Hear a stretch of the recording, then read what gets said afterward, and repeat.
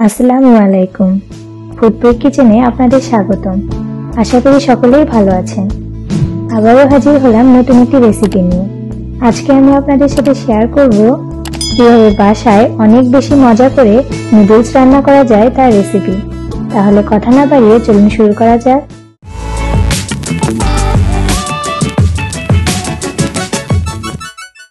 Noodles রান্না করার জন্য আমি 1 প্যাকেট কোকোলা নুডলস নিয়েছি।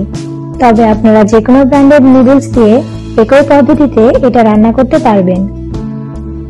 নুডলস সিদ্ধ করার জন্য বেশ খানিক পানি গরম করতে দিয়েছি। এখন দিয়ে দিচ্ছি স্বাদ মতো লবণ। পানি গরম হলে দিয়ে দিচ্ছি নুডলসগুলো।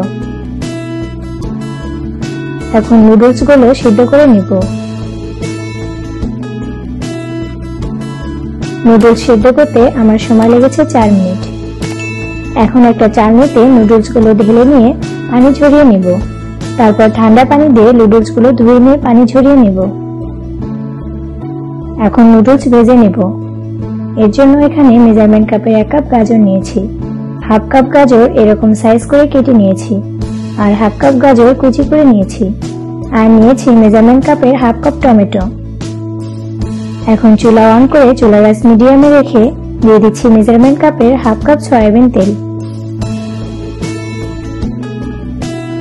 তেল গরম হলে দিয়ে দেব 6টা কাঁচামরিচ কুচি ও 2টা মাঝারি সাইজের পেঁয়াজ কুচি। এখন পেঁয়াজ মরিচগুলো হালকা ভেজে নেব। তারপর দিয়ে দিব গাজরগুলো, তবে টমেটো পরে দিব, কেননা টমেটো সিদ্ধ হতে কম সময় লাগে।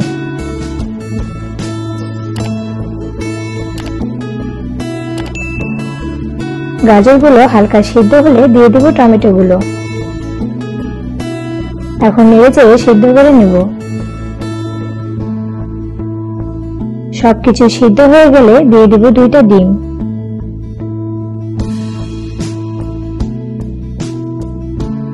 ডিমগুলো নেড়েচেড়ে সবকিছুর সাথে মিক্সড করে ভেজে নেব। তারপর দিয়ে দিব স্বাদ মতো লবণ।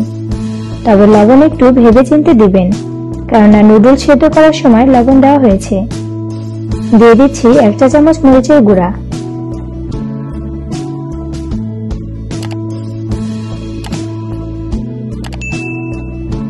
তারপর একটু নেড়ে দিয়ে দিব নুডলসের মশলা ও 2 চা চামচ টমেটো সস। আবারও নেড়েচেড়ে সবকিছু ভেজে নেব 2 মিনিট। 2 মিনিট পর দিয়ে দেব সিদ্ধ করা নুডলসগুলো। এখন নুডলসগুলো সবকিছুর সাথে ভালোভাবে মিক্সড করে নেব। এই কাজটা কিন্তু তাড়াহুড়া করে করা যাবে না, তাহলে দেখা যাবে যে নুডলসগুলো ভেঙে গেছে। এভাবে নুডলসগুলো নেড়েচেড়ে ভেজে নেব আরো 4 মিনিট। হয়ে গেল দারুণ স্বাদের নুডলস রান্না। এটা খেতে অনেক মজা। আর আমার মতো নুডলস খেতে কারা পছন্দ করেন তারা অবশ্যই আমাকে কমেন্ট করে জানাবেন। আমার রেসিপিটি যদি আপনাদের ভালো লেগে থাকে তাহলে লাইক, শেয়ার, কমেন্ট করতে ভুলবেন না। নিত্য নতুন রেসিপি পেতে এখন আমার চ্যানেলটি সাবস্ক্রাইব করুন আর পাশে থাকা বেল আইকনটি বাজিয়ে দিন। যারা সাবস্ক্রাইব করেছেন তাদেরকে অসংখ্য ধন্যবাদ। আবারও হাজির হব নতুন কোনো রেসিপি নিয়ে। সেই পর্যন্ত সকলেই ভালো থাকুন। আল্লাহ হাফেজ।